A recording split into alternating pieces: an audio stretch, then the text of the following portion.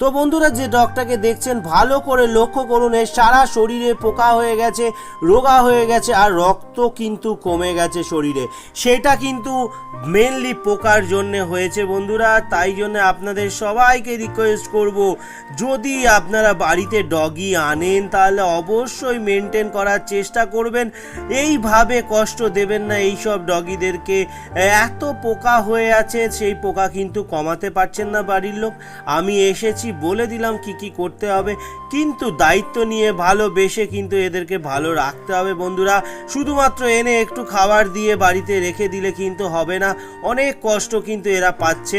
সেই জন্য বলবো, ভিডিওটা প্রচুর পরিমাণে শেয়ার করুন। যারা নতুন ডগি রাখতে চাইছেন তারা শপথ করুন যে 10 থেকে 12 বছর এদের কিন্তু আমরা নিজেদের খাওয়া দাওয়া কমিয়ে দিয়ে এদেরকে ভালো রাখবো। তাহলেই বাড়িতে আনুন, না তো আনার দরকার নেই। সবার কাছে রিকোয়েস্ট।